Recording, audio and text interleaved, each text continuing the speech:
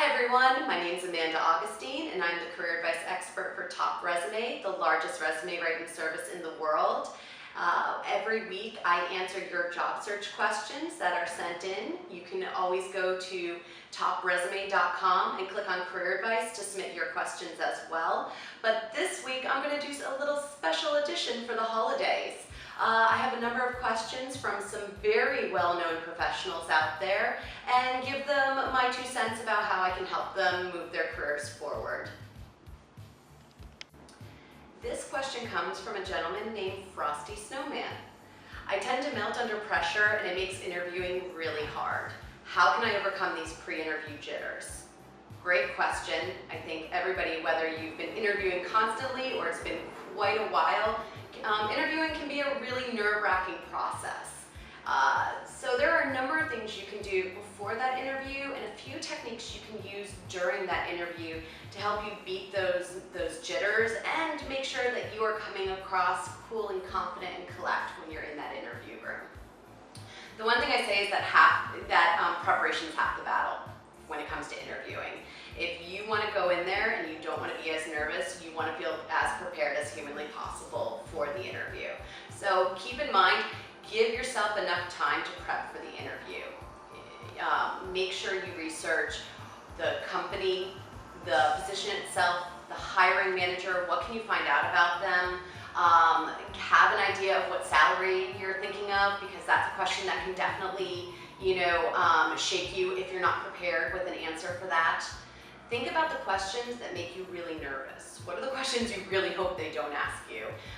Chances are they're going to ask you those questions because they're the first ones that popped into your head. So this is the time you want to take to actually think out your responses to those questions. And the one thing I'd recommend is don't rehearse your answers so much that you're going to recite something when you get into the interview, because it's going to sound unnatural, it's going to sound rehearsed, you're going to sound robotic, it's not going to help you.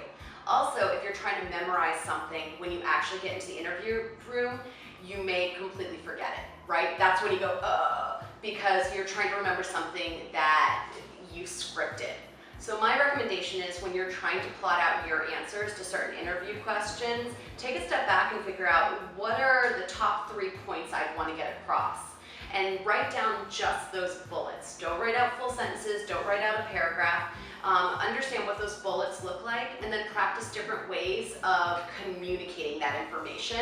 That way you're not really stuck trying to memorize a specific paragraph, but you're going to just remember, okay, what are the points I want to hit upon? So again, preparation is huge.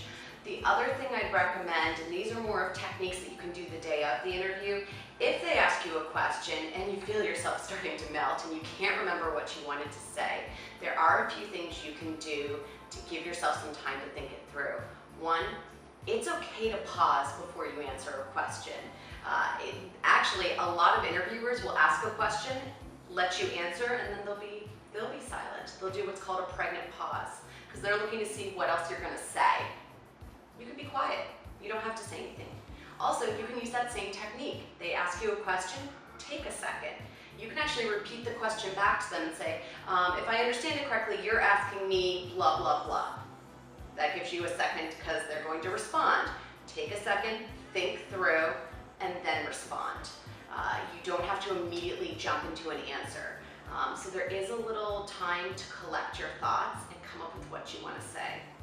And worst comes to worst, if you forget to say something that you think is very important in the interview, your follow-up note is the place where you can add that information in.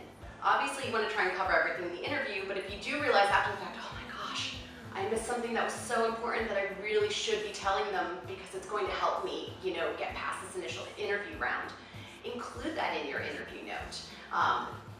The whole point of the thank you note is not just to say thanks, it's to reiterate why you're qualified for the role, to get your brand top of mind again with that employer, and to make sure that they realize that you're actually interested in the role.